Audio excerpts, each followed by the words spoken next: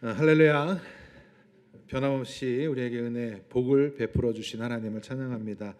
우리는 지난 2주간에 걸쳐서 가인과 아벨의 제사를 통해서 하나님께서 어떤 분이신지, 또 하나님을 예배하는 예배자들은 어떠한 자세로 예배해야 하는지를 제물과 관련되어서 살펴보았습니다. 제가 앞부분에, 설교 앞부분에 이렇게 지난 설교를 정리 요약을 해주는 건 여러분들이 다시 한번 듣고 그것을 떠올린 상태에서 오늘 말씀을 들으시라는 거예요. 지난번 두 번의 설교를 통해서 반드시 우리가 기억하고 정리해야 할 내용은, 우리가 예배하는 하나님께서는 우상과 같이 죽은 존재, 인간들이 만들어낸 존재가 아니라 살아계신 하나님이시라는 점입니다. 우리가 예배하는 하나님은 살아계신 하나님이에요. 그렇다고 죽었다, 언젠가는 죽을 것이다 라는 개념을 가지고 살아계신 하나님이라고 말하는 게 아닙니다. 언제나 살아계시는 생명이신 하나님이라는 거예요. 우리의 예배의 대상이신 하나님에 대해서 웨스트민스터 소요리 문답 제4번에서는 이렇게 요약하고 설명해요. 질문이 이거예요. 하나님은 어떤 분이신가? 여러분들 이렇게 질문 받았을 때 소요리 문답 배우셨죠? 과거에 배운 적 없으세요? 배웠죠? 그러면 그 답을 잘 알고 계실 테니까 배우셨으니까 답변해 보시기 바랍니다. 하나님은 어떤 분이십니까? 네? 소요리 문답에 맞는 답을 하셔야죠. 소요리 문답에는 질문이 있고 답이 나와 있어요. 그러니까 이게 우리 장로교에서는 정통적으로 성경 공부하는 교재가 바로 소요리 문답이에요. 청소년들을 주로 대상으로 하고 대유리 문답이 있고 웨스트민스터 신앙 고백이 있잖아요. 그러니까 우리가 이런 것들을 사실은 우리 건강하게 자랄 수 있게 교육한단 말이에요. 나중에 우리도 다시 한번 배울 거예요. 그러나 설교 중간에도 이런 얘기를 해드릴 테니까 기억하세요. 하나님은 어떤 분이신가? 라는 질문에 그의 답은 이겁니다. 하나님은 신이신데 그의 존재하심과 지혜와 권능과 거룩하심과 공의와 인자하심과 진실하심이 무한하시며 무궁하시며 불변하시다. 하나님은 어떤 분이라고요? 존재하시고 지혜와 권능과 거룩하심과 공의와 인자하심과 진실하심이 무한하시고 무궁하시며 불변하시다. 그렇기 때문에 그 하나님은 살아계신 하나님이에요. 이를 통해서 알 수 있는 것은 하나님께서는 그저 인간이 자신을 위하여 만들어낸 우상이 아니라는 이야기입니다. 자의식을 가지고 계신 분이고 스스로 판단하시고 결정하시는 분이에요. 인격적인 분이에요.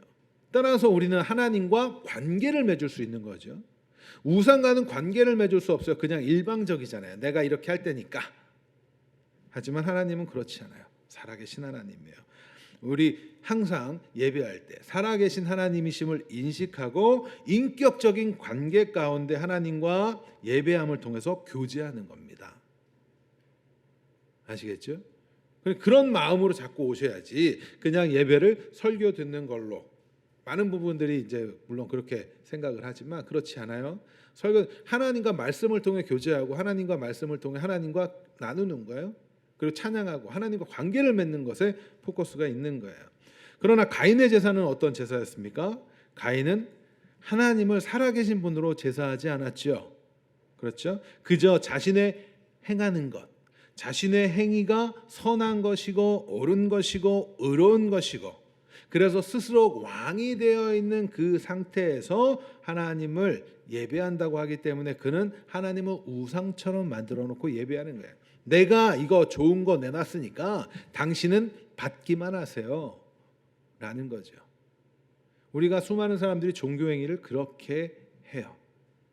내가 이렇게 헌신하고 내가 이렇게 열정을 다하면서 했으니까 당신은 나한테 복만 주세요가 그 얘기 아니에요? 같은 얘기란 말이에요. 예배를 받으시고 받지 않으시고는 누구의 결정이에요? 살아계신 하나님, 자의식을 가지고 결정하고 판단하시는 하나님의 결정이에요. 왕이신 하나님의 결정이에요.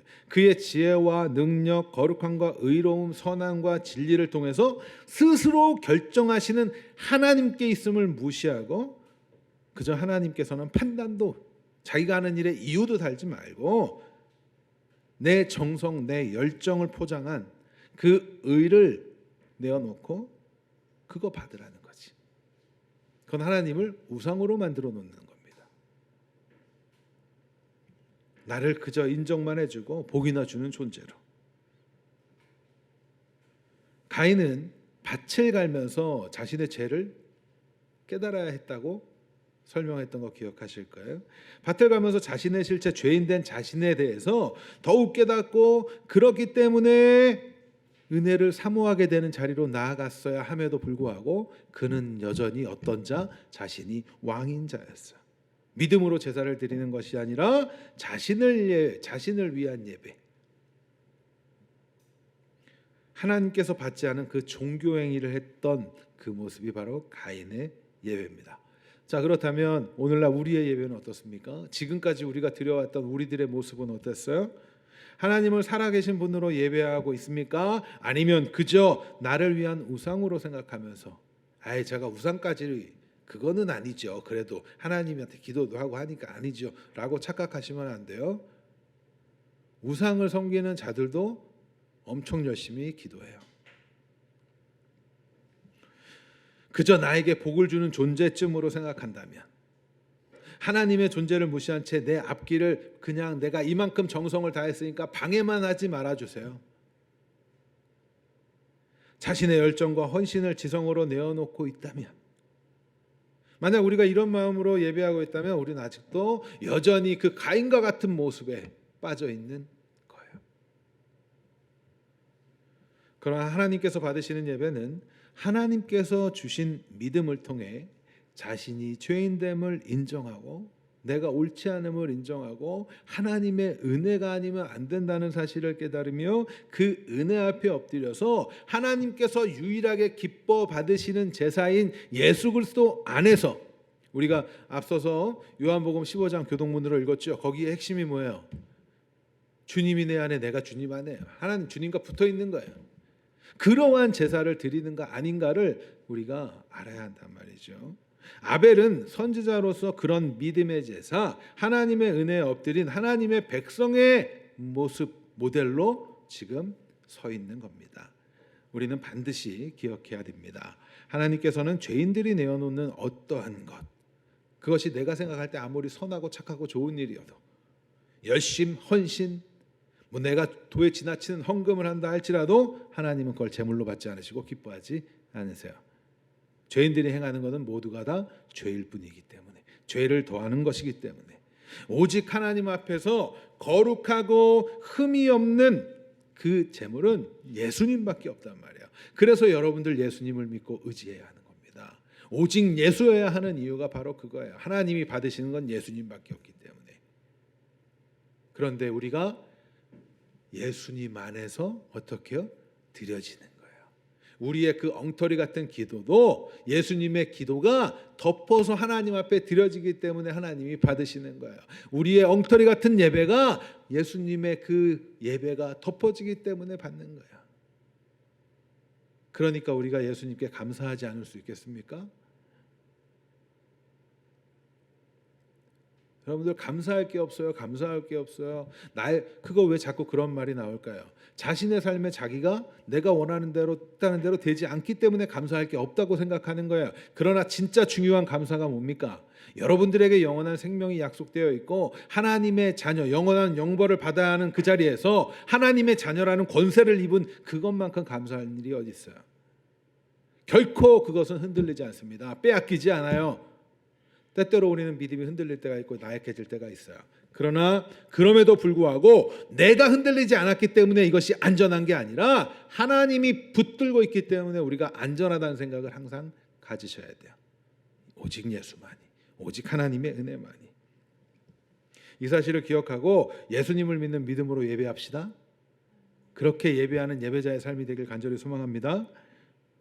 그럼 이제 8절부터 15절 내용을 살펴보도록 하겠습니다. 오늘 본문 말씀을 보면 좀 재밌기도 하죠. 그냥 이야기로 만들면 굉장히 좀 그래도 관심이 가게 하는 사건 사고가 담겨져 있고 그렇죠. 그런데 말씀을 읽다 보면 사람들이 굉장히 많이 궁금해하고 난제라고 하는 부분들이 좀 담겨져 있는 본문이에요. 여러분들 이 본문은 다 읽어보셨잖아요. 적어도 성경을 읽어보겠노라 하고 창세기를 딱 펼치면 여기는 다 읽잖아요. 그죠? 이때 궁금증이 들지 않으셨습니까? 이 내용들 보면서 어떤 궁금증이 들었나요? 병주고 약주고? 병주고 약주고? 어떤 부분에서 병주고 약주고가 나왔는지 모르겠지만 어떤 부분이 궁금하셨어요? 자, 가인이 아벨을 죽였습니다. 그리고 하나님께서는 그에게 물으셨고 가인은 모른다고 말하고 또 그런데 땅이 저주한다고 말하고 그리고 벌을 7배나 거기서 표를 줬다고 그래서 병주고 약주고 그렇게 생각을 하셨구나. 그런 생각을 하실 수도 있겠네요. 그러면서 가인이 두려워하는 것들이 나오죠. 가인이 뭘 두려워해요? 자, 근데 거기서 좀만 생각해 보면 이런 질문들이 나올 수 있겠죠. 그러면 첫사람 아담과 하와가 있고 가인은 첫째 아들인데 또 다른 누군가가 있단 말인가? 그러면 인류는 가인 아담이 시작이 아닌가? 이런 생각까지도 궁금증을 갖게 하는 본문이에요. 이런 것들을 가지고 여러분들 잘못된 정보를 갖고 있으면 어떻게 될까요? 믿음이 흔들리게 돼요. 하나님을 의심하게 돼요. 이거 뭐야? 모순 덩어리잖아 성경이. 이렇게 될 수 있어요. 그렇기 때문에 잘 배우셔야 하는 거예요.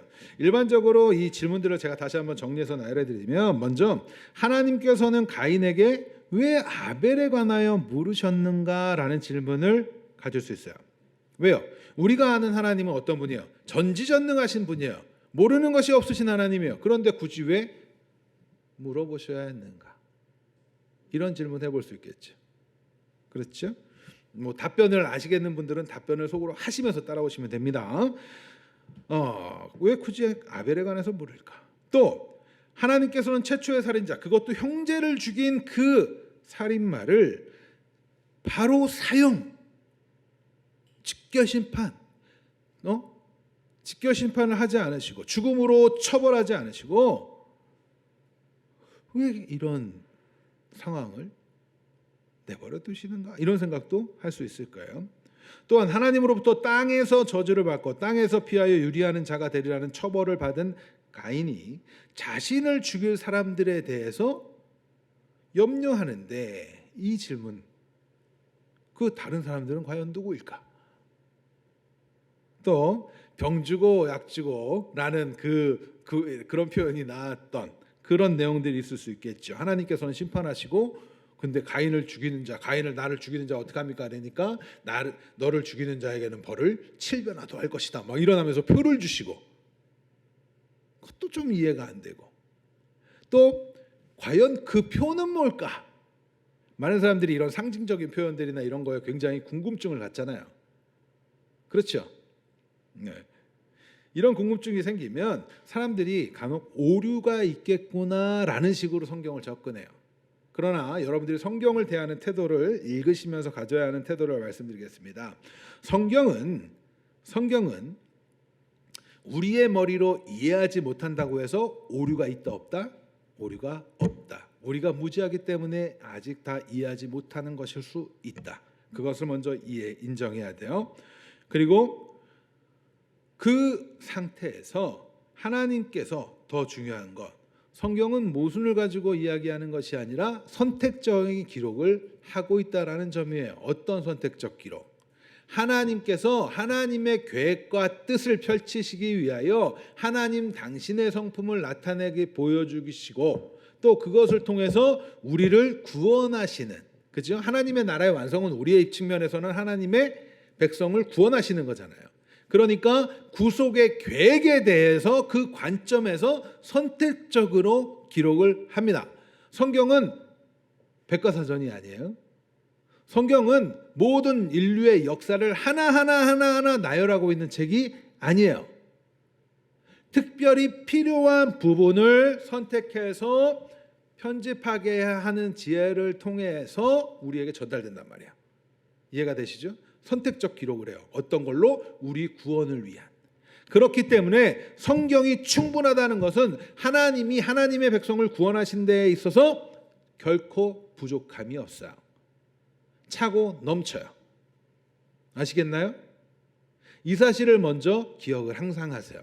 성경의 난제를 만났을 때, 내가 이해하지 못하는 부분을 만났을 때, 내가 아직 하나님의 말씀을 다 이해하지 못하는 우리의 연약함이 있구나를 기억하시고, 그러면서 하나님의 지혜를 달라고 구하시면서 다시 한번 말씀을 배우시고, 말씀을 전하는 자들에게 도움을 청하시고, 또 하나님은 이렇게 구원에 필요한 모든 것을 설명하셨구나. 그러면 우리는 이때도 뭘 분별할 수 있어요? 앞으로 여러분들이 만나게 될 어떤 신비적인 예언을 한다든가, 미래에 대해서 여러분들 예언해드릴 이런 사람들에게 현혹되지 않을 수 있겠죠. 왜? 성경만으로 충분한데. 하나님은 부족한 걸 우리에게 주지 않으십니다. 완전한 하나님의 말씀을 주셨어요. 그러니까 이것만 잘 알고 있어도 하나님이 어떠한 일을 하시는 분이시고 하나님은 어떤 분이신지, 또 우리는 어떻게 해야 하는지를 알 수 있단 말이에요. 그래서 우리 이 사실을 먼저 가지고 계시기 바랍니다. 자, 그러면 우리가 먼저 가졌던 의문점, 그걸 하나하나 좀 살펴보도록 하겠습니다. 먼저 하나님께서는 왜 아벨이 가인에 의해서 죽임을 당했을 것을 아시면서도 가인에게 물으셨을까요? 왜 물으셨을까요? 몰라서? 기회를 주려고. 우리 아벨에게 하셨던, 아담에게 하셨던 거 기억나시죠? 설교 그때 그런 표현들 제가 해드렸던 거 기억해요. 맞아요. 하나님께서는 동생 아벨을 죽인 가인에게 아벨에 관하여 신문을 하시는 거예요. 물으시면서 그가 죄를 깨닫기를, 그가 돌이키기를, 인간의 실체가 어떠한 존재인지를 알게 하시기 위해서, 폭로시키기 위해서 지금 질문을 하시는 겁니다. 선악을 알게 하는 나무의 실과를 먹은 인간, 하나님의 은혜로 믿음을 선물로 받지 않은 모든 인간은 가인의 제사에서 알 수 있듯이 자신의 의를 드러내기 위해서 살아가지요. 내가 옳다라는 거예요. 뿐만 아니라 더 이러한 상태에 있는 상태를 지금 폭로시켜 주시는 거예요. 인간은 그러한 존재다. 그거 물으시는 거예요. 그러면서 또 그뿐만 아니라 더 오래 참으시면서, 그 오래 참음은 뭐예요? 하나님의 사랑이잖아요. 사랑을 보이시면서 아담과 하와에게 하셨던 것처럼 가인에게도 기회를 주시는 거죠. 돌이킬 기회를. 하나님은 끊임없이 우리에게 돌이킬 기회를 물으십니다. 여러 가지 모습으로. 우리가 죄 가운데 있을 때에도, 우리가 세상으로 나아갈 때에도 여러 가지 방법들과 여러 가지 사람들을, 여러 가지 형편들을 통해서도 물으세요. 참 보면 예수님께서도 많이 물으셨어요. 그죠? 네가 나를 사랑하느냐? 물으셨죠. 그거 몰라서 물으셨을까요? 베드로한테? 누군가가 질문을 한다는 건 여러분들에게 실력을 더욱더 올라갈 수 있게 하는 기회가 돼요. 이렇게 두 가지가 있겠죠. 죄를 폭로시키고 동시에 그가 돌이켜 올 수 있기를. 하나님께서는 이를 통해서도 오래 참으시면서 사랑을 보여주시는 거예요. 자, 그런데 가인은 어떻게 하죠? 가인은 어떻게 합니까? 어떻게 해요? 거짓말하고 오히려 화를 내죠. 하나님께 대하여 도전을 해요. 인간의 악함은 바로 이거예요. 왜? 내가 왕이기 때문에 하나님께도 도전하는 거예요. 내가 아우를 지키는 자니까? 그러면서 따지죠. 뿐만 아니라 거짓말하죠. 내가 알지 못합니다. 정말 몰라요? 알지요. 죄인된 인간들은 이렇게 거짓말해요. 왜요? 왜 할까요? 우리가 이때 좀 생각해 봐야 될 게 죄의 본질이에요. 죄는 언제나 관계를 깨트리게 돼요. 그렇죠. 죄는 관계를 무너지게 만들어요. 그런데 그 중심에는 거짓이 있어요. 거짓. 선악을 알게 하는 나무의 실과를 먹은 사건에서도 배웠듯이 사단은 교묘하게 거짓으로 유혹하지 않습니까? 거짓으로 유혹해요.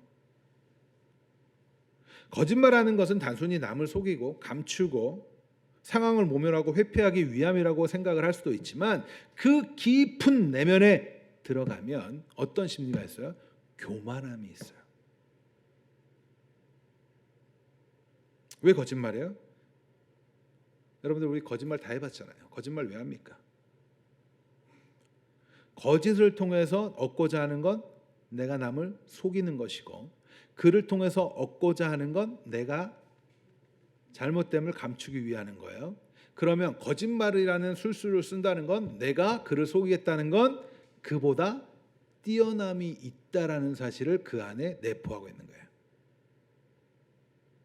내가 이렇게 하면 속일 줄 알아. 속일 수 있을 거라 생각했어.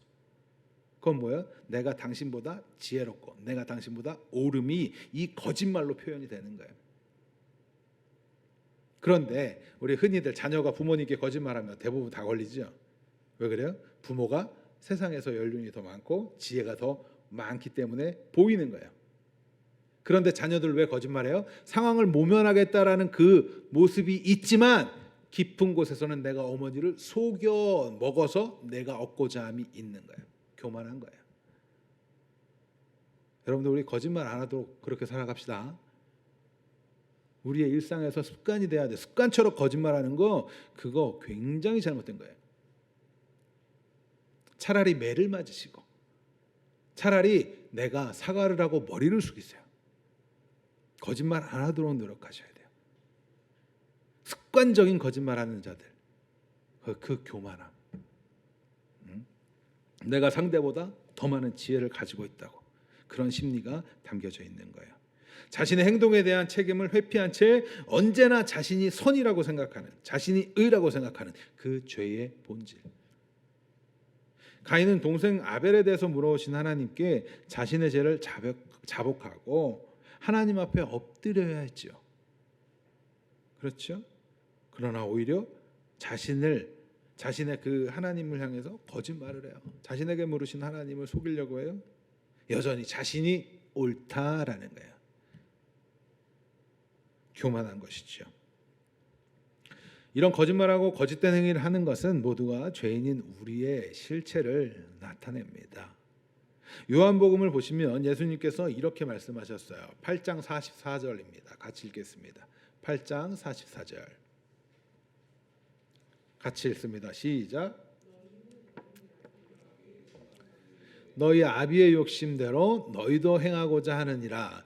그는 처음부터 살인자요 진리가 그 속에 없으므로 진리에 서지 못하고 거짓을 말할 때마다 다 제 것으로 말하니 이는 그가 뭐하는 자라고요? 거짓말쟁이요 거짓의 아비가 되었습니다. 거짓말은 누구의 습성? 마귀의 습성. 죄인들이 그 사단의 종로로 타고 있던 우리의 옛사람의 모습이 바로 거짓말하는 삶이란 말이에요. 우리는 예수 믿었잖아요. 하나님의 은혜로 믿음을 선물로 받아 예수 그리스도를 주로 고백하는 자들이 맞다면 우리는 이제 거짓말을 안 하도록 노력하셔야 돼요. 거짓말 안 하도록. 하나님이 왜 인간들과 인간들의 관계를 형성시켜 주실까요? 영이신 하나님 앞에 우리는 언제나 죄인의 모습으로밖에 없잖아요. 그런 하나님과 직접적으로 관계를 맺으면 어떻게 될까요? 모두가 다 친노의 대상일 거예요. 그러한 과정에 지금 우리는 훈련하고 있어야 되니까 하나님 관계를 형성시켜 주신 것 아니겠어요? 그 속에서 해보라고. 여러분들 우리 이웃들에게 거짓말하지 마세요. 안 하도록 노력하셔야 돼요. 부끄러우면 부끄러움을 당하고 마세요. 수치를 당하고 마시라고. 선의의 거짓말? 과연 선의의 거짓말이 있어요? 자기가 생각하는 옳음이 거기에 있을 뿐이지.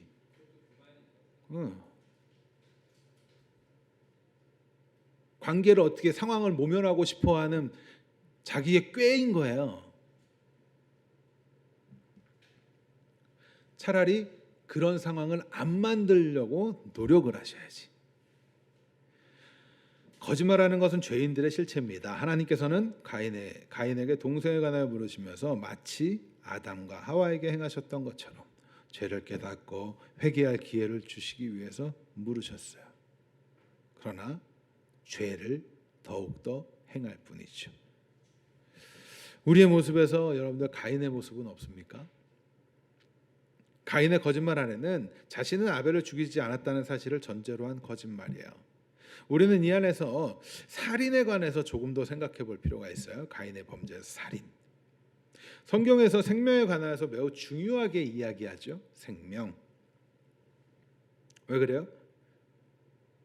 생과 삶과 죽음은 하나님께 달린 것이기 때문에 그래요.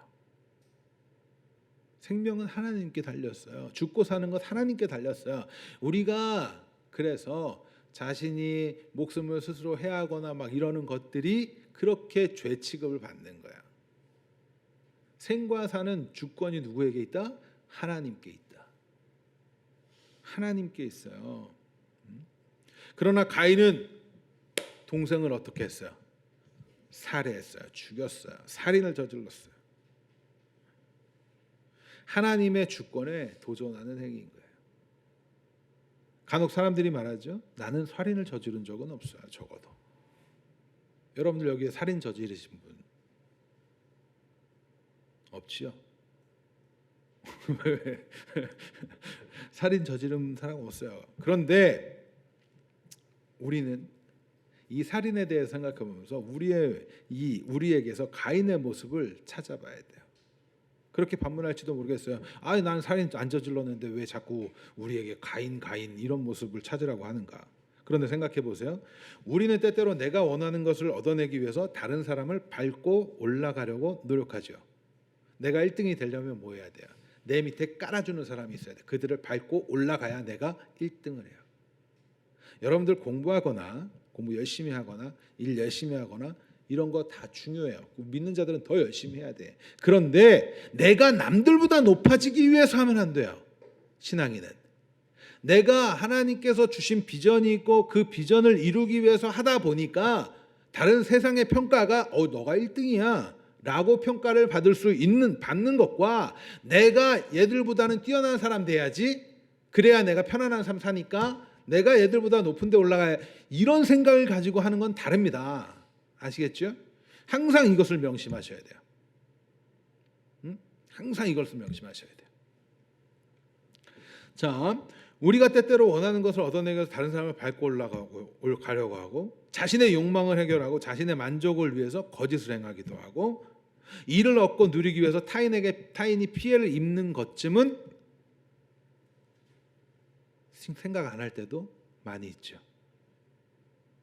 내 배가 부르면 다른 타인들이 힘들어져도 신경 안 쓰죠. 내가 그들의 것을 뺏는 것, 그 다음 뭐예요? 그들의 생명을 뺏어가는 거예요. 살인행위 하는 거예요. 우리는 그러한 사고를 좀 가질 필요가 있어요. 나만 잘 되면 되고 다른 사람들은 힘들어도 된다고 생각하는 것, 내가 나만 잘 되면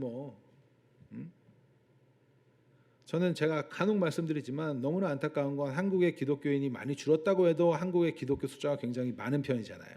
그럼에도 불구하고 우리나라가 부패가 그렇게 많다는 건 정말 문제가 있는 거예요. 그 얘기는 뭐예요? 그리스도인이 그리스도인답게 안 살고 있다는 얘기예요. 우리는 그러한 모습에서도 우리의 모습을 보면서 가인의 모습과 같이 한번 생각해 보셔야 돼요. 우리는 살인을 저지르고 있는 자들이에요. 그것이 생명을 뺏는 것과 뭐가 달라요? 이런 가인의 모습을 통해서 먼저 우리는 우리의 모습에서 스스로 인식하지 못하거나 회피하고 있는 모습을 발견해야 됩니다. 그래야 하나님께서 물으실 때 우리는 우리의 연약함을 거짓 없이 내어놓고 하나님의 은혜에 기대하게 되기 때문에 그래요. 자기만 사랑하는 나, 이것은 반대로 어떤 표현이에요? 우리 자신이 왕됐다는 건, 자기만 사랑한다는 건 반대로 어떤 표현이에요? 타인을 죽이는 살인 행위를 하고 있다라는 거예요. 나만 사랑하니까. 그죠? 그렇지 않아요? 나만 사랑한다는 건 결국 다른 사람을 사랑하지 않는 거고, 나만 있으면 된다는 거기 때문에 결국에는 다른 사람을 죽여서라도 내가 올라가야겠다라는 거란 말이에요. 그게 죄인들의 모습이에요. 우리의 실체는 이렇게 하나님의 은혜가 없다면 범죄한 아담과 같고 가인과 같은 자일 뿐입니다. 이런 가인은 하나님의 신문에 거짓을 고했어요. 그러나 하나님께서는 속지 않으시죠. 우리의 중심을 아세요. 우리가 하나님 앞에 사람의 눈을 속일 수 있을지 몰라요. 그렇죠? 아내의 눈을 속일지 모르고, 남편의 눈을 속일지 모르고, 자식의 눈을 속일지 모르고, 자식은 부모의 눈을 속일 수 있을지도 몰라요. 이 안에서도 우리가 다 그런 척하고 있을지도 몰라요. 그러나 하나님의 눈은 속일 수 없어요. 그러니까 하나님 앞에 거짓말하고 내가 하는 척할 필요가 없는 거예요. 외식할 필요가 없는 거야. 솔직해지세요. 내가 죄 졌으면 하나님 앞에 엎드려 회개하시면 되는 거고, 하나님 물으실 때 주여 나는 죄인입니다, 그렇게 다가가면 되는 거예요. 하나님께서는 속지 않으시고 그리고 판결을 하셨어요. 그 판결의 심판은 그에게 직결 심판을 하는 것이 아니라 이 땅에 머물게 하시지만, 과거에 그가 누릴 수 있었던 은혜, 그것이 뭐예요? 땅의 소산을 얻는 거였잖아요. 그 얻는 소산들이 아니라 이제는 아우의 피가 뿌려져서 스며진 땅에서 저주를 받는 거였어요. 그렇죠? 이제 가인은 밭을 갈아도 땅은 더 이상 소출을 내지 않아요. 그렇게 저주를 받았어요. 땅은 어떤 곳입니까? 땅. 성경에서 땅은 어떤 거예요? 인간은 어디서 왔어요? 여기에서 왔죠. 먼지 티끌로 왔어요. 그 땅이 우리의 그래서 뿌리가 되잖아요. 죽으면 흙으로 돌아가고, 그렇죠. 그러한 뿌리가 되면 떠날 수 없는 곳이 땅이에요. 그런데 그가 땅에서 저주를 받았다는 것, 그의 인생은 이미 끝난 거예요. 그렇죠? 어디를 가나 그 땅의 저주 피할 수 있는 것이 없어요. 하나님께서는 생명을 생명으로 갚으시는 이 직결 심판, 원래 법대로 하자면 그렇잖아요. 생명을 앗아간 자는 생명으로 갚아야 되죠. 눈에는 눈, 이에는 이가 그 고대 사회의 사고니까.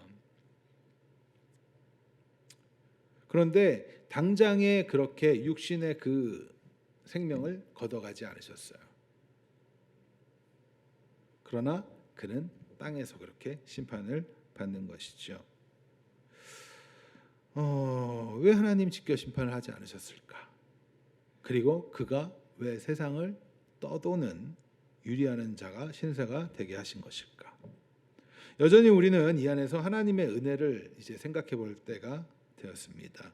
하나님께서는 하나님의 백성의 수가 차기까지 한 명도 빠짐없이 놓치지 않고 구원하시고 하나님의 나라 하나님의 백성들로 세우기까지 오래 참고 기다리시는 분이에요.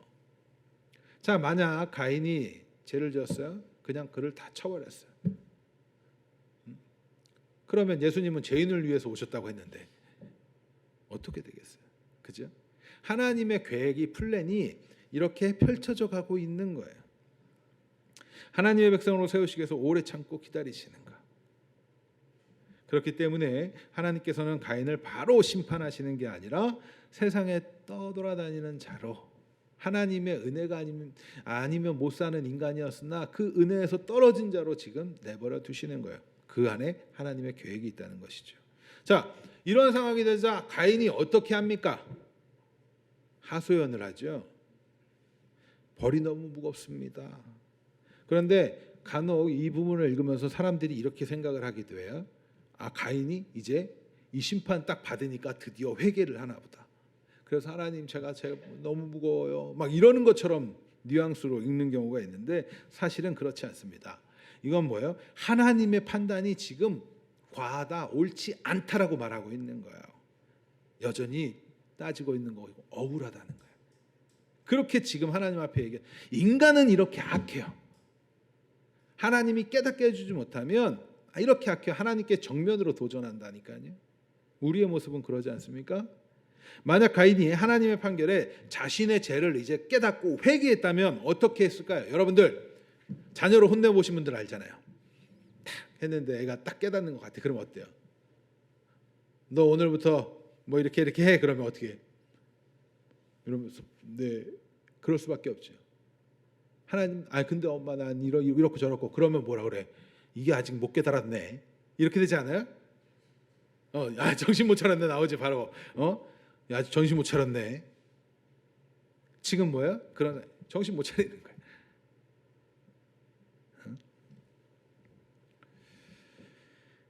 만약 깨달았다면 아무 말도 할 수가 없어요. 왜? 하나님 앞에서, 하나님 거룩하신 하나님 앞에서 죄는 어때요? 모두가 죽어야 되거든요. 아무 말도 할 수 없었겠죠. 그러나 여전히도 자신이 옳다고 주장해요. 그리고 비로소 그 판결이 그렇게 주장하면서 알게 돼요. 아, 하나님의 저주의 본질은 하나님과 관계가 끊어지는 것이구나라는 것을 우리에게 본문이 알게 해줘요. 자, 우리가 분명히 기억해야 할 점은 하나님의 저주의 핵심은 하나님과 관계가 끊어지는 겁니다. 하나님의 심판의 핵심은 하나님과 단절되는 거예요. 앞서 말씀드렸죠. 살아계신 하나님 우리와 관계를 맺으시고 자의적으로 이렇게 교제하시는 분이란 말이에요. 그런데 그 하나님과 관계가 끊어져요. 그러나 그 하나님 생명이라고 말했습니다. 그 하나님과 생명 되신 하나님과 관계가 끊어지는 건 뭐예요? 죽음이잖아요. 그렇죠? 그 은혜에 이제는 은혜 가운데 살아갈 수 없다는 거예요. 흔히 사람들은 하나님 없이도 잘 살아갈 수 있다고 착각을 해요. 때때로 하나님을 믿는다고 하면서도 그런 모습들을 보이기도 해요. 내가 원하는 것을 하나님이 들어주지 않으면 이제는 내가 해보리라 하면서 자신을 믿고 의지하면서 내 멋대로 한번 해볼라 해요. 제가 이거를 왜 확신을 가지고 얘기하는지 아시죠? 제가 그렇게 해봤으니까. 하나님이 우리에게 이런 문제를 주셨는데 이거 해결 안 해주셔? 돈을 안 주셔? 그럼 내가 해야지. 그러고 나가서 세상에서 그렇게 해봤단 말이에요. 사람들은 그래요. 하나님 없이도 내가 원하는 건 누리며 잘 살아갈 수 있다고 착각을 해요. 내가 해보겠다. 하나님은 우상처럼 자신을 위하여 예배하면서도 잘 살 수 있다고 생각해요. 여러분들 착각하시면 안 돼요. 세상에서 어떠한 것을 부귀영화를 누리고 높은 자리에 올라가고 인기를 얻고 하는 것이 과연 하나님이 말하는 잘 사는 것인가를 여러분들 생각해 보셔야 합니다. 그거 없이 그래도 이런 거 하면 잘 사는 것 아니야? 그 사람들이 하나님 없이도 나는 잘 살 수 있어요라고 생각하고 있는 사람들인 거예요. 잘 생각하셔야 됩니다. 그건 오산이에요. 우리가 우리 인생을 스스로 잘 살아낼 실력이 없어요. 우리는 그런 실력이 없어요. 자격이 없어요. 왜요? 생명 되신 하나님과 관계가 끊어졌는데 은혜가 풍성한 그 하나님과 관계가 끊어졌는데 어떻게 풍성하게 살아갈 수 있겠냐고요. 하나님을 주로 고백하는 자들이라면 이 사실을 마음속 깊이 깨달아야 돼요. 알아야 돼요. 하나님을 떠나서는 살 수가 없어요. 십자가 그 사랑 멀리 떠나서 살아갈 수가 없단 말이에요. 생명 되신 하나님과 선이신 하나님과 오름이신 의 되신 하나님과 떨어져 산다는 건 모두가 불의하다는 거예요. 그저 죄를 더할 뿐인 거예요. 아무리 세상에서 잘 나간다고 할지라도. 여전히 사람들은 하나님과 무관하게 살아가면서 자신들의 그 의로움에 대한 가능성을 이야기해요. 내가 할 수 있다. 내가 의롭다. 그러나 그것에 대해서 하나님이 인정하지 않습니다. 하나님 인정하지 않아요. 왜? 성경을 통해서 우리에게 끊임없이 얘기하는 건 뭐예요? 인간 스스로가 의로워질 수 없다라는 것을 성경이 이야기하고, 그렇기 때문에 예수의 은혜가, 하나님의 은혜가, 하나님의 선물, 믿음이 선물로 주어져야 된다라는 것을 이야기하기 때문에 그래요. 자꾸 가치관을, 세상의 그 가치관에 찌들려서 살아가면 안 됩니다. 그걸 가지고 사고하시면 안 돼요. 성경의 가치관을 가지고 내가 이제 이것들을 보는 거예요. 하나님 인정하지 않습니다. 세상에서 나는 내 힘으로 이렇게 성공했습니다. 내가 대기업 회장이 됐고, 내가 학장이 됐고, 내가 장관이 됐고, 대통령이 됐고, 중요하지 않아요. 그랬으니까 하나님 나를 인정해 주셔야죠. 내 거 이거 받으셔야죠. 이게 뭐와 같아요? 가인이 드렸던 우상숭배와 뭐가 달라요? 하나님은 결코 인정하지 않아요. 그런 예배 하나님 받지 않으셔요. 어떤 이들은 이런 궁금증을 갖습니다. 신을 믿는 것은 나약한 인간들의 도피처가 아닌가? 나약한 인간들이 하는 것. 과연 그럴까요? 착각하지 마세요. 우리가 하나님을 믿는 것은 하나님이 진리이기 때문에 그래요. 그렇죠? 하나님이 진리이시기 때문에, 참이기 때문에 믿는 거예요. 다른 사람들보다 나약해서? 아니요, 우리 모두가 다 나약해요. 우리는 코로나 시대에 코로나를 겪으면서 많은 것을 경험했잖아요. 호흡조차 못하는 우리들의 모습을 발견했잖아요. 그죠? 음? 하나님이 은혜를 조금만 걷어가고 하나님이 질서를 조금만 내려놓으시면 어떻게 될까요? 우리가 상상도 못한 일이 벌어지는 거예요. 그렇지 않아요? 하나님을 인식하지 않고 살아가면서 우리가 이 땅에 업적 많이 쌓으면 뭐 할 겁니까? 하나님이 은혜를 걷어가시면 먼저는 하나님과 그래서 바로 서라는 거예요.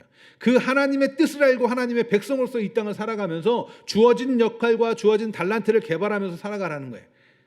그러기 위해서 공부도 하는 것이고, 그러기 위해서 자기개발도 하는 것이고, 그러기 위해서 사업도 하고, 그러기 위해서 교제도 하고.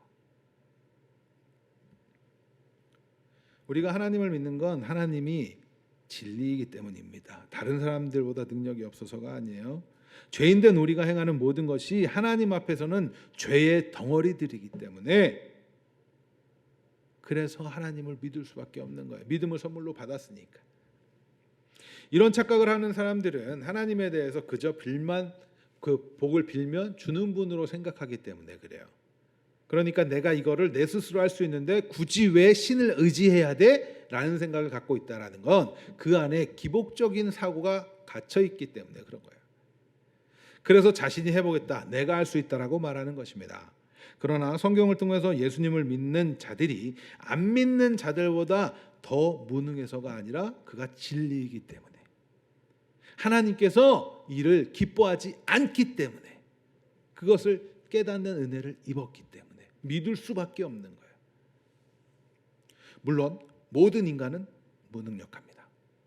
모든 인간은 하나님의 은혜가 없으면 무능력해요. 하나님께서는 죄인들에게도 하나님의 뜻을 구속사를 이루어 가시기 위해서 은혜를 일반적인 은총을 다 나눠 주셨죠. 누릴 수 있게. 그래서 이 공기도 다 모두가 공평하게 사용하고 하잖아요. 그렇죠? 하나님께서 이렇게 일반적인 은혜를 베푸시는 이유는 하나님의 뜻을 이루시기 위해 그때까지 오래 참으심이란 말이에요. 아무리 우리가 개개인의 능력이 뛰어난 것 같이 보여도 하나님께서 땅의 소출을 주지 않는다면, 생명을 잉태케 하지 않는다면 할 수 있는 게 없어요. 호흡조차, 숨 쉬는 것조차. 단순히 우리 삶을 자신의 비전, 내 꿈을 이루고 누리는 삶이라고 여러분들 정의하지 마시기 바랍니다. 그것이 잘 사는 삶이라고 생각하시면 안 돼요. 이런 사고에 붙들려 있으니까 그것을 얻어내겠다고 자꾸 우상 숭배하듯 하나님을 믿는 거예요. 믿는다고 착각하는 거죠. 스스로 할 수 있다는 사고, 거기에서 벗어나지 못하는 거예요. 하나님과 단절된 삶, 하나님의 보호하심에서 멀어진 삶, 하나님과 끊어진 삶은 이미 죽은 삶이에요. 살아계신 하나님이 인정하지 않는 삶이니까. 가인이 하나님의 심판, 이런 심판의 그 내용에 대해서 알게 되자 그가 이제 하는 것은 뭐예요? 두려운 거예요. 그렇기 때문에 그는 떠돌아다니다가 자신도 죽임을 당하게 될 것에 대한 두려움을 갖게 되는 것이죠. 그럼 이제 14절에서 갖게 되었던 질문의 답을 생각해 보도록 합시다. 본절을 살펴보면 사람들이 이런 질문을 주로 해요. 그럼 만나는 사람들은 과연 누구입니까? 가인이 두려워한 그 사람들. 이 질문에 대한 답은 앞서 먼저 한 가지 힌트를 드렸어요. 성경은 무엇다? 모든 사람들의 나열을 다 하고 막 족보처럼 다 기록하고 그 사람 뭐 했고 이러하다가 언제 어느 시점에 정확하게 몇 년도 이렇게 기록한 게 아니잖아요. 구속에 필요한 지금 예배의 사건을 딱 가져와서 이야기한단 말이에요. 그러니까 그 외에도 다른 사람이 있을 수 있다 없다? 있다. 또 뿐만 아니라 이 원어적으로 보면 여기에 인칭이라는 표현, 인칭 그러니까 사람이라는 표현보다는 모든 것들이에요. 그러니까 피조된 모든 것들에 의해서 자기가 해받을 것에 대한 두려움이에요. 그러나 그러한 것들이지만 그 안에 뭐가 있다? 사람이 있겠죠. 하나님께서는 성경을 기록하게 하면서 모든 인류 역사를 쓰지 않아요. 선택적 기록. 하나님의 나라의 완성을 이루시기 위해서 하나님이 어떤 분이시고 어떻게 일하시는지, 그분은 누구신지 그렇게 구속을 위한 계획을 알려주시는 거예요. 그러니까 아담과 하와가 가인을 낳고 아벨을 낳고 바로 제사가 이렇게 딱 붙어 있으니까 우리는 그거를 직선적으로 생각하는 거죠. 바로 그렇게 됐을 거다. 아니에요. 거기에는 수많은 시간이 우리가 모르는 시간들이 있다는 거예요. 자, 3절을 보면 이렇게 얘기해요. 3절 보면은 뭐라고 얘기해요? 시작이 어떻게 돼요? 세월이 지난 후에, 낮고 세월이 지난 후에, 이런 표현들을 통해서 우리가 그렇게 유추해 볼 수 있는 거예요. 아, 세월이 지난 후면은 그것이 많은 시간들이 흘렀을 거고 그 외에는 다른 사람들이 태어나고 나고 했겠구나, 이렇게 알 수 있겠죠.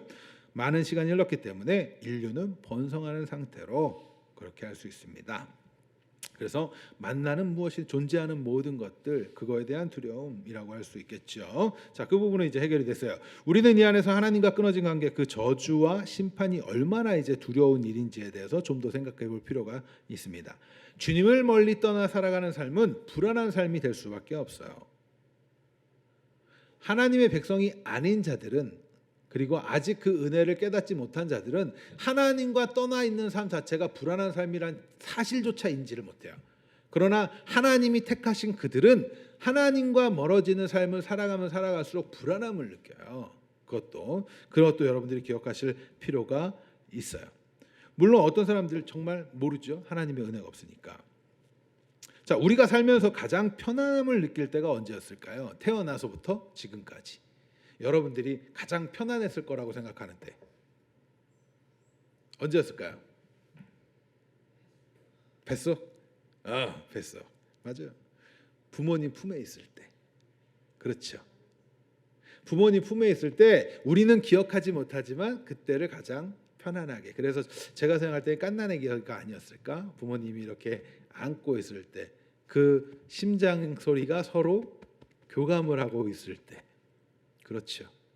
사실 우리는 크면서 걱정도 많아지고 고민도 많아지잖아요. 부모님이 품에 있을 때. 요즘 가정 문제가 참 많이 있다 보니까 일반적으로 부모가 살아계실 때와 살아계지 않을 때 이런 상황들을 비교하면서 그런 거를 잘 느끼지 못하는 집들도 분명히 있겠지만, 일반적으로는 우리가 부모의 품 안에 있을 때가 평안을 누리고 쉼을 누리고 안정감을 누립니다. 그리고 그 부모가 계시는 것만으로도, 그냥 바라만 주시는 것만으로도 평안함을 느끼고 위로가 되고 힘이 돼요. 자녀에게 부모는 그런 존재이죠. 저도 이제 저희 아버지가 돌아가셨으니까 아버지의 빈자리가 때때로 저한테 이렇게 확 올 때가 있어요. 살아계실 때는 그렇게 많이 생각 못 해봤는데 언젠가부터 그렇게 느껴질 때가 있어요. 부모님이 계시는 것만으로도 그렇게 힘이 돼요. 저를 이렇게 바라봐 주실 때만으로도 힘이 돼요. 위로가 되죠. 평안을 줍니다. 그럼 많은 가정의 자녀들이 부모님들이 그래주기를 기대하죠. 그러나 부모님을 떠나보내면 정말 그 가슴에 빈자리가 생기잖아요. 아버지가 그립고 어머니가 그립고. 그런데 여러분들, 진짜 우리의 생명 되시고 우리의 근원 되신 하나님과 관계가 끊어졌을 때 어떤가요? 그렇기 때문에 하나님과의 관계가 끊어지는 것은 두려움을 갖게 될 수밖에 없는 거예요. 그러한 가인을 향해서 이제 하나님께서 범죄한 가인임에도 불구하고 저주 가운데 은혜를 베풀어 주세요. 그런데 그 은혜를 베풀어 주시는 방법에 우리가 갖게 되는 궁금증이 있어요. 바로 가인의 표지요. 가인의 표. 그리고 이런 생각도 들어요. 이렇게 죄를 지어도 하나님께서는 그러면 무조건 은혜를 베풀어 주시는구나. 하물며 아까 전에 말씀하신 대로, 속담 말씀하신 대로 병 주고 약 주는, 가인을 죽이는 사람에게는 7갑절의 벌을 내리시면서까지 이렇게 가인을 보호하시나? 이런 생각을 우리는 하게 되죠. 그래서 많은 사람들이 하나님은 죄인에게도 은혜를 베푸신다 정도에서 이해를 하는 경우가 많습니다. 그런데 그 이 안에는 보다 깊은 뜻이 담겨져 있어요. 우리가 15절 말씀을 잘 이해하기 위해서는 먼저 하나님께서 왜 가인을 보호하여 주시는가에 대해서 다시금 떠올려 볼 필요가 있어요. 하나님 앞에서 떠나가도록 심판을 하셨으면서 그 인생은 어떻게 되든 하나님이 뭐 굳이 간섭하지 않고 신경 쓸 필요 없잖아요. 그렇게 떠나가게 하셨으면. 그런데 가인을 보호해 주신단 말이에요. 그래서 하나님 무조건 사랑을 해주시는 분이다 이렇게 자꾸 생각을 하지만, 물론 하나님께서는 사랑이시기 때문에 전적으로 사랑을 베풀어 주시는 분 맞습니다. 그런데 우리가 하나님에 대해서 떠올리면서 반드시 기억해야 할 건, 아까 전에 앞서서 그 웨스트민스터 소요리 문답 4번에서 얘기했듯이 하나님의 공의를 떠올리셔야 돼요. 공의. 반드시 하나님께서는 그 옳음 따라서 죄값을 치르시는 분이에요. 선악을 정확하게 구별하시고 심판하시는 분이에요. 하나님은. 그렇기 때문에 하나님의 사랑에 대해서 생각할 때 제가 공의로운 사랑이라고 자꾸 이야기하는 거예요. 그것을 한 번에 기억하라고. 그렇다면 하나님께서 왜 가인을 보호하여 주시는 것일까요? 그리고 그 표는 무엇일까요? 먼저 하나님께서는 가인을 보호하여 주시기 위한 표식, 그것을 한번 주셨는데, 그것에 대해서 한번 생각해 봅시다. 그 표식을 받았을 때 그거는 무엇을 나타내는 표식이에요? 가인이 표를 받았어요? 그게 무엇을 나타내는 표식이에요? 하나님의 자식이라는 표식일까요? 하나님의 백성이라는 표식이에요? 가인에게 주신 표가? 그럴까요? 죽이지 말라는 표. 일단은 먼저 그가 다른 이들과 달리 그 표식을 받았잖아요. 그게 뭐예요? 그가 살인자라는 표식이에요. 죄인이라는 표식이란 말이에요. 범죄한 자야. 그래야 범죄한 자라는 것을 누가 보고 알 수 있겠죠. 저주를 받고 있다라는 것을 나타내는 표식이에요. 죄인이며 하나님과 관계가 끊어진 자, 범죄자. 이 표식을 딱 받았을 때 그러면 어떤 생각을 갖게 될까요? 그것은 굉장히 그에게는 수치스러운 일이죠. 부끄러운 일이죠. 자신을 작게 만들고 치욕스럽고, 사람들이 그러면 그를 보면 어떻게 할까요? 그를 피하겠죠. 그렇죠? 손가락질을 하거나 피하겠죠. 그리고 사람들은 인식할 거예요. 동생을 죽인 사람이라고. 그러니까 죄인임이 낙인 찍히는 거예요. 그런데 이 죄인의 표식을 통해서 하나님께서는 그를 죽이는 자, 가인을 죽이는 자, 그를 어떻게 하신다는 거예요? 벌을 7갑절이나 받게 하겠다고 경고를 하셨어요. 그렇죠? 성경에서 7이라는 숫자가 갖는 의미는 완전하다 이런 것 아니겠어요? 그러니까 정말 엄청나게 우리가 생각할 때 완전 이런 갑절로 주신다는 거예요. 이를 통해서 하나님이 그러면 행하고자 하는 의도가 뭐일까요? 우리 이 사건 안에서 드러나는 건 가인을 보호하시는 거죠. 그러나 뒤집어 생각해 보세요. 하나님께서 이를 통해서 무엇을 막으세요? 다른 이들이 가인에게 복수하는 걸 막으신단 말이에요. 그럼 누구를 보호하시는 거예요? 가인만 보호하시는 거예요? 다른 이들이 죄를 짓지 않도록 보호하시는 표잖아요. 아시겠어요? 그냥 우리가 드러나 보이는 것은 가인을 보호하는 것 같아요. 그러나 그 내면의 깊은 곳을 살펴보면 결국에는 하나님은 지금 누구를 보호하셔요? 다른 이들이 살인하지 못하도록, 범죄하지 못하도록. 가인에게 복수한 자들은 도대체 뭐가 돼요? 살인자가 되잖아요. 다시 살인자가 되는 거예요. 죄가 확장되는 것을 막으시는 거지요. 자, 가인에게 복수를 한다는 건 상대들이 그 복수를 하려고 하는 대상들이 과인과는 같은 편입니까? 같은 편이 아닙니까?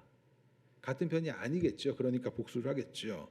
그러나 그 범죄하는 순간 가인과 같은 자가 되는 거예요. 그래서 하나님께서는 그것을 막으시는 거죠. 그러면서 뭐를 세우세요? 자, 앞서 생과 사는 누구에게 달렸다? 하나님의 주권이라고 했죠. 생명을 가져가시고 주시는 것은 누구에게 달렸다? 하나님의 주권이에요. 그런데 살인을 행한다는 건, 복수를 한다는 건 뭐예요? 하나님에 도전하는 거예요. 그 범죄를 막으시는 거예요. 그들을 죄로부터 보호하시고 살리시는 거죠. 심판하시고 판결하시고 처벌하시는 것은 하나님의 주권입니다. 다른 어떤 존재가 가인에게 죽이는 행위로 복수를 한다면 이는 하나님께 도전하는 또 다른 범죄가 되는 거예요. 그렇기 때문에 완강하게 그렇게 막으시는 거예요.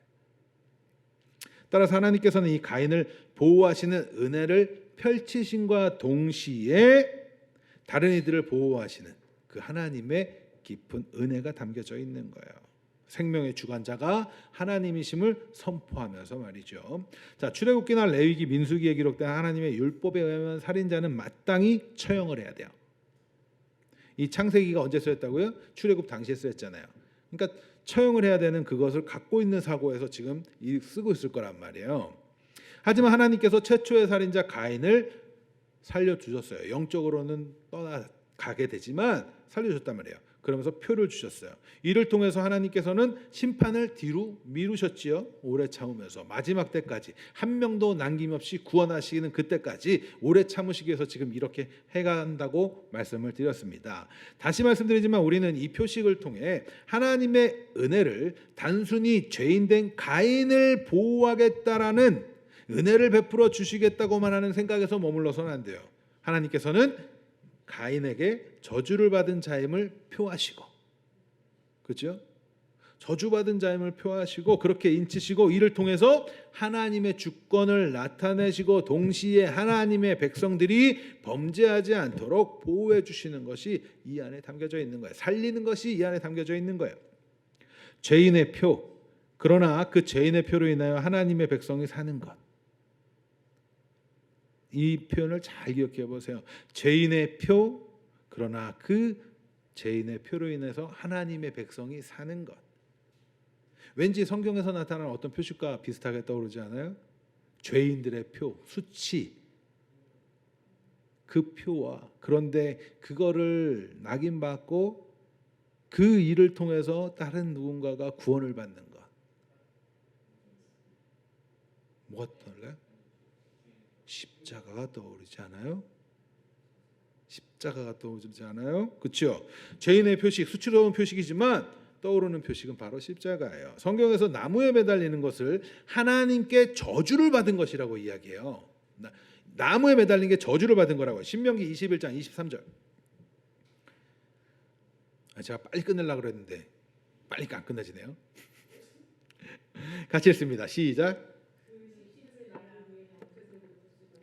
그날에 장사하여 내 하나님 여호와께서 내게 기업으로 주시는 땅을 더럽히지 말라. 나무에 달린 자는 누구에게 저주를 받은 거예요? 나무에 달린 자는 하나님께 저주를 받은 자야. 왜? 죄인이니까, 살인자니까 하나님께 심판받아야 되자는 말이에요. 그런데 갈라디아서 3장 13절 같이 읽습니다. 시작.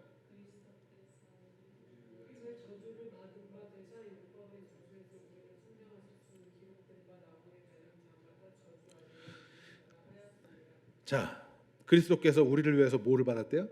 저주를 받았어요. 어디서? 십자가에서. 다시 말해서 예수님 달리신 그 십자가는 저주의 표식인 거예요. 그죠? 우리는 지금 거기서 구원을 누리니까 십자가를 보면서 구원, 감격 이걸 얘기하지만 예수님이 달리셨던 그 십자가는 저주의 표식인 거예요. 아시겠나요? 마치 가인이 받은 것처럼, 그죠? 왜요? 가인의 죄까지도 예수님은 죄인들의 죄, 모든 우리 인간들의 죄를 끌어안으시고 거기 십자가에 달려 저주를 받으신 거잖아요. 맞습니까? 예수님은 십자가에 달리셨어요. 십자가에서 저주를 받으셨어요. 극한의 고통뿐만 아니라 수치를 감당하셔야 했었어요. 예수님께서 왜 십자가에 달리셔야 했습니까? 우리의 죄 때문에. 내가 달려야 할 그 자리에 내가 수치를 감당해. 우리가 앞서 우리 그랬죠. 우리가 모두가 살인자라니까요. 우리는 지금도 그런 삶을 살잖아요. 그러니까 우리는 낙인 찍고 다녀야 되는데 예수님이 십자가에서 우리의 그 낙인을 다 받으시는 거예요. 그걸 통해서 누가 살아요? 그리스도인이 사는 거야. 그 안에 있는 자들이 사는 거야. 그 십자가 안에는 그리스도의 사랑과 그래서 희생이 담겨져 있는 거야. 우리를 구원하시는 구원의 표식으로. 그러니까 저주에서만 끝나는 것이 아니라 이제 그것을 통해서 구원의 기쁨으로 나가는 거죠. 로마서 6장 6절 말씀 같이 읽습니다. 시작. 우리의 옛사람이 예수와 함께 십자가에 못 박힌 것은 죄의 몸이 죽어 다시는 우리가 죄의 종노릇하지 아니하려 함이니 이는 죽은 자가 죄에서 벗어나 의롭다 하심을 얻었습니다. 죄에서 벗어나 의롭다 하심을 얻음. 거룩하고 흠이 없으신 예수님께서 죄인들을 위해서 십자가에서 저주를 받으셨어요. 그런데 그것을 통해서 누가 살아요? 하나님의 백성, 예수 그리스도 안에 있는 자, 요한복음의 말씀대로 예수님께 붙어 있는 자, 예수님이 내 안에 거하고 내가 그 안에 있는 거. 우리 에베소서 말씀에서는 믿음을 선물로 받은 자들이 사는 것이고, 로마서의 말씀에서는 의롭다함을 받는 거. 그지요? 이렇게 살아가는 거예요. 예수님께서는 가인이 받은 표처럼 죄의 표식, 수치의 표식을 받으셨습니다. 누구를 위해서? 우리를 위해서. 예수님께서는 죄가 없으심에도 불구하고 죄인의 자리에 오셔서 죄인과 하나가 되셔서 가인이 받아야 했고 우리가 받아야 했던 그 저주의 형벌을 친히 받으시는 거예요. 그렇기 때문에 우리는 예수님 믿어야 되는 거예요. 다른 길은 없어요. 우리의 죄를 감당하실 수 있는 분은 거룩하고 흠이 없으신 예수님밖에 없단 말이에요. 그러니까 여러분들 예수님을 잘 믿으셔야 돼요. 다른 구원의 길 없어요. 오늘 가인의 표의 사건은 이처럼 하나님께서 구속을 위하여 준비하시고 예비하시는 길의 배경이 되고 토대가 되고 우리 그 사실을 우리에게 이렇게 힌트해 주고 있어요. 죄인이 저주를 받아 마땅한 이들에게 그럼에도 불구하고 그 안에서 지혜, 하나님의 놀라운 지혜로 어떻게 공의로운 사랑을 펼쳐 가시는지에 관해서 지금 이야기해 주고 있다고요. 주 안에 사랑하는 성도 여러분, 예수님을 잘 믿읍시다. 우리가 달려야 할 십자가 주님께서 달리셨고 그 안에서 우리가 한 것 아무것도 없고 내가 할 수 있는 것 아무것도 없음에도 하나님께서 은혜를 베풀어 주셔서 우리가 구원을 받았어요. 우리의 신분이 하나님의 자녀가 되었고 하늘의 소망을 품을 수 있는 자가 되었고 그렇게 달라지는 거예요. 이런 것에서 여러분들 아멘하지 못하고 이런 것에서 감동하지 못하면 여러분들의 신앙을 지금 마음이 무뎌져 있는 거예요. 정말 진지하게 이 오늘 말씀을 떠올리세요. 그런데 감사하게도 뭔지 아세요? 하나님께서 우리의 행위로 인하여 구원을 하지 않으신다는 것에 대해서 여러분들 정말 감동하셔야 돼요. 왜? 우리는 매일매일 바뀌거든요. 근데 하나님이 붙들고 계시는 거예요. 갈라디아서 2장 20절 말씀 함께 읽고 우리 찬양하겠습니다. 갈라디아서 2장 20절 같이 크게 읽으셨으면 좋겠어요. 같이 읽습니다. 시작. 내가 그리스도와 함께 십자가에 못 박혔나니 그런즉 이제는 내가 사는 것이 아니요 오직 내 안에 그리스도께서 사신 것이라.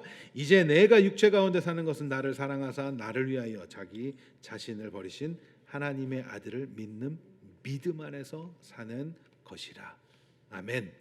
여러분들 이제는 우리가 그리스도 안에서 함께 사는 거예요. 그러니까 넘어져도 괜찮아요. 하지만 넘어지지 않으려고 애쓰시고 방향을 바로 하시고 다시금 십자가 바라보면서 맞아 내가 달려야 내가 받아야 하는 저 저주의 그 십자가 주님이 대신 지셨는데 이제 그 은혜로 감사하는 삶을 살아야지. 주님 안에 있으면 우리는 평안이 있어요. 주님 안에 있으면 기쁨이 있어요. 주님 안에 있으면 안식이 있어요. 우리가 288장 불렀던 찬양 마지막 절에 뭐라 그래요? 주 안에 기쁨 누림으로 마음의 풍랑이 잔잔해진대요. 주 안에 있을 때 마음의 풍랑이 잔잔해지는 거예요. 세상과 나는 관계없고 다른 건 중요하지 않아요. 뭐만 할 수 있어? 우리 찬양하고 예배할 수 있다. 그러한 삶을 살아갈 수 있길 간절히 소망합니다.